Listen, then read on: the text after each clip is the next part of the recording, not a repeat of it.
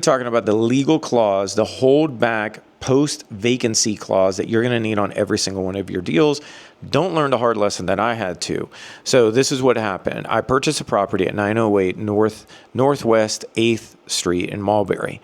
Good deal. It was a manufactured home. No kind of issues with the property that I saw because I got an inspection on it. I already knew it needed a new roof. She was going through a divorce. She called us up. She can't even sell it to anybody else because the property needs so much work. Got it. Totally get there.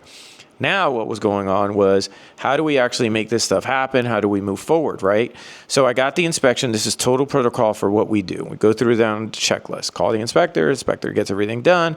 We already know exactly what needs to get done to the property and what needs to be repaired. Here's the catch, and here's what happened. Now we close on the property. She finally moves everything out. We knew that there was probably going to be about nine boards of subfloor that was messed up. And so what we decided to do was like, no problem at all. When she moved everything out, it wasn't 9. It was the entire subfloor had to be changed out. Right then I knew that we had to change our contracts and put a different clause in. So here's the clause that I'm going to share with you about, and I have it written down. It's called the hold back and post vacancy inspection clause. So hold back, you're going to hold back cash, meaning if whatever you're going to do, let's say you're holding back $10,000, right? And the seller knows this, you're holding back $10,000, you're going to do a post vacancy inspection. As long as everything is good to go, that we already talked about, meaning, hey, there's no more damage that we already disclosed. But if there is more damage, that's going towards that issue, meaning the subfloor was a ginormous issue. If I would have known, I would have had her drive down the price even more, but I did not know.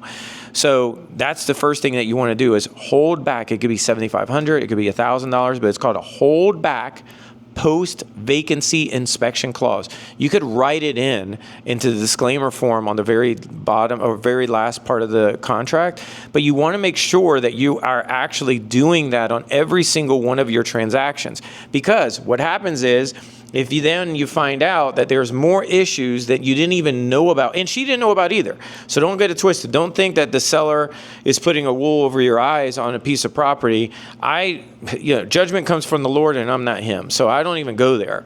I just say, this is our protocol. We just need to make sure that everything is discovered even prior to you leaving this facility, because you could do it on commercial contracts and you could do this on residential. So hopefully this helps. Again, it's called the hold back and post vacancy inspection clause. Make sure that you write that in, even if you don't have it mandatory, just handwrite it in there. All right, hopefully you got something out of this. Let me know in the comments if you ever had to deal with this. All right, bye.